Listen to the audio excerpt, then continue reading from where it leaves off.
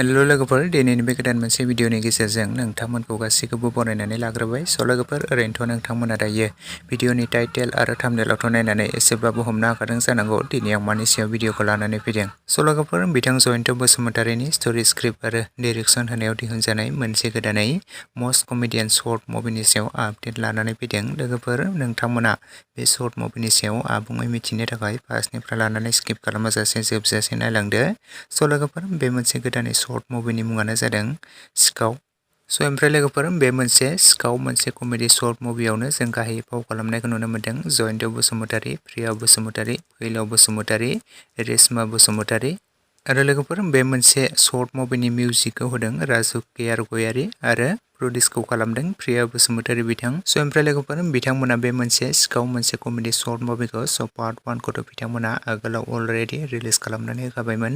आरो लोगोफोर नोंथांमोनाथ' गोबाङानो नायखाबायमोन जानांगौ। आरो लोगोफोर बिथांमोना बेनि पार्ट 2खौबो दाखालि बावैनो रिलिज खालामनानै होखादों। स' नोंथांमोना दासिमाव सोर सोर नायखो बयबो कमेन्टनि गेजेरजों फोरमायहरदो। आरो सोरबाफोर जुदि दासिमाव नोंथांमोना नायालासिनो थादोंब्ला फेमिलि एन्टारटेनमेन्ट चेनेलनि गेजेरजों नोंथांमोना बेनि पार्ट 2खौ बयबो नायहैनो हासिगोन। आरो लोगोफोर नोंथांमोना दासिमाव सोर सोर नायखो बयबो कमेन्टनि गेजेरजों फोरमायहरदो।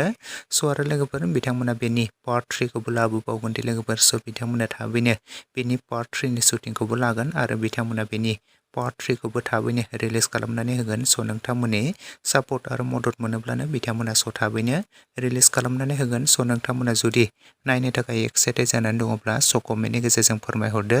सोर सोर एक्साइटेड नोंथांमोना बयबो कमेन्ट खालामनानै खोन्थाहर।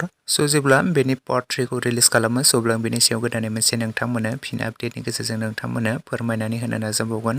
स' नोंथांमोना जेखियानो जाया मानो बेनि पार्ट 3खौ बयबो नायनो थाखाय नेनानै थाथ'लायोब्लानो जाबाय। स' लोगोफोर नोंथांमोना जुदि दासिमाव बेनि पार्ट 2खौ नायालासिनो थादोंब्ला बयबो नायहैदो बिथांमोननि बे फेमिलि एन्टारटेनमेन्ट चेनेलाव। स' मोजां मोजां शर्ट मुभि नोंथांमोना नुबाय थाखायो।